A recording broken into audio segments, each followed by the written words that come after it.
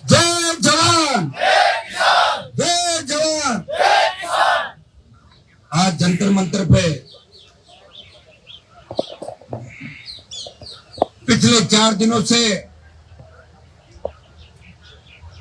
देश ही नहीं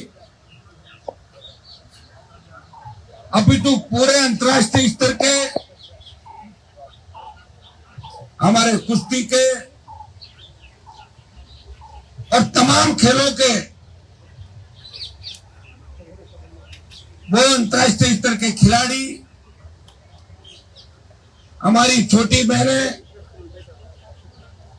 जिनके साथ सेल्फी लेने के लिए लोग लाइन पे लगे रहते थे, आज हिंदुस्तान के अंदर लोकतंत्र बचाने के लिए एक बाहुबली को सलाखों के पीछे कैसे डलवाया जाए, इसको लेके 4 दिन से लगातार जंतर मंतर पे ऐतिहासिक आंदोलन कर रहे हैं। मैं धन्यवाद दूंगा इन सबको, मेरे भाइयों को, बहनों को, कि इन्होंने ऐतिहासिक शुरुआत की। हम उस कौम से आते हैं जिसका डंका दिल्ली में हमेशा बजा और जो कभी रुकी नहीं, झुकी नहीं। और तीनों कृषि बिलों में अगर मोदी को किसी ने देश में झुकाया, ये वही कौम है। दोबारा प्रधानमंत्री जी को इस बारे में सोचना चाहिए। भाइयों, मैं आपको इतना ही विश्वास दिलाता हूं, जब तीनों कृषि बिल आए थे तो हमारे राजस्थान के अंदर कृषि बिलों को लेकर कोई चर्चा नहीं थी। कृषि बिलों के बारे में ज्यादातर लोग जानते ही नहीं थे। मेरे से जब हमारे समाज के बड़े नेताओं ने बात करी, हाँ भाई, हाँ। सलमान जी आप मोदी का साथ छोड़ो, सरकार पर दबाव बढ़ सकता है। बस एक जगह पे इस देश की सबसे नई पार्टी राष्ट्रीय लोकतांत्रिक पार्टी, मैं भी चाहता तो मोदी के साथ मंत्रिमंडल में शामिल हो सकता था, लेकिन अपने भाइयों की दुख तकलीफ देख के हनुमान बेनीवाल ने एनए चार्ट को जाम किया, जो एनए चार्ट गुजर आरक्षण आंदोलन के टाइम भी जाम नहीं हुआ था। और 70 दिन देश की सड़क पर कोई सांसद नहीं था, वो नागौर का सांसद था। इसने बिना शर्त मोदी की सत्ता को ठोकर मारी और चुनौती दी। प्रधानमंत्री जी, हम उस कौम से आते हैं जिस कौम का इतिहास लड़ने का रहा है, जिस कौम का इतिहास संघर्ष कर रहा है। हमने त्याग, तपस्या और रणभूमि में दुश्मनों के छक्के छुड़ा दिए। हमारी कौम के वो वीर जिनके इतिहास के पन्ने आप पलटोगे तो हर पन्ने पे जाट कौम का इतिहास लिखा है। और भाइयों, यही नहीं, जब अग्निपथ लेके आए तो अग्निपथ का विरोध अगर देश के अंदर किसी सांसद ने किया, नागौर के सांसद ने किया, झंडे के साथ अग्निपथ का विरोध किया और जोधपुर में 2 लाख जवानों की रैली करके प्रधानमंत्री को चेताया कि किसान बिलों के अंदर जो हार बीजेपी की हुई है उसका बदला लेने के लिए आप अग्निपथ लेकर आए हो। क्योंकि फौज के अंदर भी सबसे ज्यादा साधक हमारे बच्चे देते हैं। आजाद हिंद फौज से लेके अगर बॉर्डर की सुरक्षा करते हुए सबसे ज्यादा जांबाज अगर दिखेंगे तो इस कौम के सबसे ज्यादा जांबाज दिखेंगे। गीतों के अंदर भी जब गाया जाता है तो फौज को अपन मजबूती के लिए गीत गाते हैं। कोई सिख, कोई जाट, मराठा, सिख भी जड़ सिख जादूगर अपने भाई हमारी कौम से बने थे। सिख, कोई जाट, मराठा, वो गीत अगर किसी के लिए गाया जाता है, इस कौम के लिए गाया जाता है, एक बार हम निकल पड़ते हैं तो परवाह नहीं करते। प्रधानमंत्री जी, मैं फिर आपको कहता हूं कि आपने हमारी बहन बेटियां और हमारे छोटे भाइयों को जो तकलीफ दी है ये ठीक नहीं है। समय रहते गृह मंत्री जी आप मुकदमा दर्ज करें और कितना ही बड़ा बाहुबली हो, हमारे लोगों से ज्यादा बड़े बाहुबली इस देश के अंदर नहीं हो सकते। शिक्षा पड़ी राजधानी को घेरेंगे और फिर आप एक फुट पाओगे। इसके बजाय हमारे खाप के पर्चे जो इन्होंने मदद की, इनका धन्यवाद। इस तरह अगर हमारे 20 सांसद और 10 आपके पंजाबी है कि हमारे लोग सत्ता का मोह छोड़ना नहीं चाहते, बंद कमरे में बात जरूर कहते हैं कि भाई गलत हो रहा है, गलत हो रहा है। तो गलत हो रहा तो आप जंतर मंतर पे दूसरी बार धरना देना पड़ रहा है। पहला जो धरना दिया था उसके अंदर आपके दिल्ली के एक मंत्री आते, समझौता होता है और समझौता कहाँ होता है, क्या होता है, उसका क्या हुआ। शायद मंत्री जी का तो फोन मिल रहा होगा जो आए थे, मुझे नहीं लगता वापिस बात कर रहे होंगे। लेकिन मैं आपको विश्वास दिलाता हूँ, आप एक बार बात कर लें के अंदर हम देखेंगे तो सबसे ज्यादा पदक हरियाणा, पंजाब और हमारा जो ये इलाका है, ये सबसे मजबूत बच्चे हमारे यही के हैं। ये इतिहास गवाह इस चीज का। मैं आपको इतना ही विश्वास दिलाता हूँ कि मेरे से कई लोगों को ये भी तकलीफ हो जाती है हनुमान जी क्यों आते हैं, दूसरे आते नहीं और मुझे आने नहीं देते, तो मैं क्या करूँ? उनको आना तो पड़ेगा ना आपके लिए।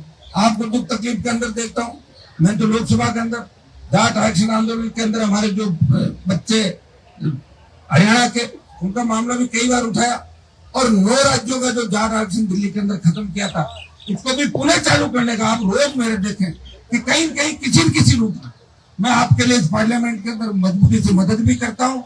मुझे कोई देश की दिल्ली की राजनीति नहीं करनी, मैं राजस्थान में भी व्यवस्था परिवर्तन की लड़ाई लड़ रहा हूँ, और आपको विश्वास दिलाता हूँ कि राजस्थान में भारतीय जनता पार्टी के दांत खट्टे कर दूंगा।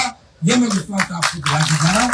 आपको भी आह्वान करूंगा कि जो राजस्थान का चुनाव हो तो आप लोग भी निकल पड़ना राजस्थान में अपने भाइयों की मदद करने के लिए, क्योंकि हरियाणा के अंदर जब जाट आरक्षण आंदोलन चला था तो राजस्थान तो उस समय विधायक था, मैं अकेला बहादुरगढ़ तक आया था, और राजस्थान में 300 जगह प्रदर्शन करा के संदेश दिया, प्रधानमंत्री जी ये अकेले नहीं है, हम भी इनके भाई हैं, ये पूरे देश के किसान इस कौम के साथ खड़े हैं, सारी ओबीसी हमारे साथ खड़ी है, अन्याय आप मत कीजिए।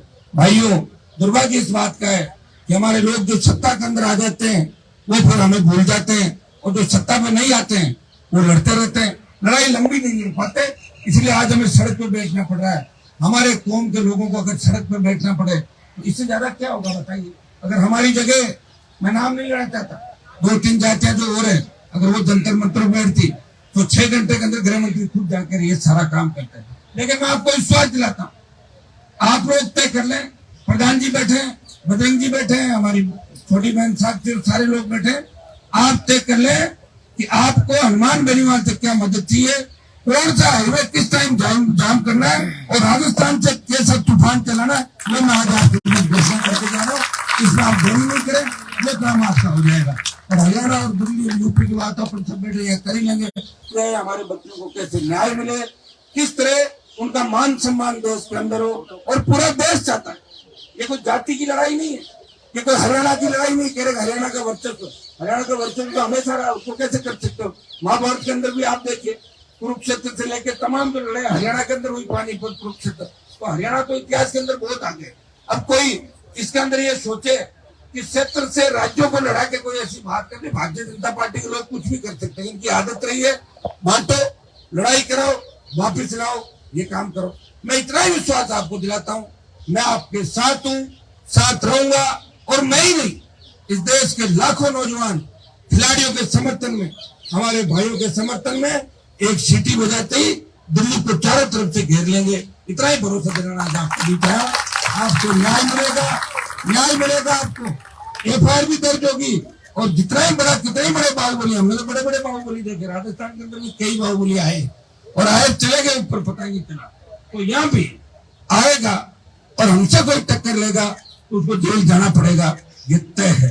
ये मैं निवेदन करना आज आपको दूंगा। आप सबने जो बोलने का अवसर दिया, बहुत बहुत आपको धन्यवाद। 2 दिन पहले ही मैंने समर्थन दे दिया था जैसे आपका टेलीफोन आया, लेकिन मेरी इच्छा थी कि मैं व्यक्तिगत रूप से आऊँ, नहीं तो कई लोग कह रहे थे आप तो सोशल मीडिया देखे साहब, मैंने कहा मैं तो सोशल मीडिया पे दूंगा, और जब मुझे लगेगा कि मेरी आवश्यकता मेरे छोटे भाई बहनों को है, उस समय हनुमान बेनीवाल आएगा, और अब दोबारा जब आएगा तो पूरी फौज के साथ आएगा, आप चिंता नहीं करें।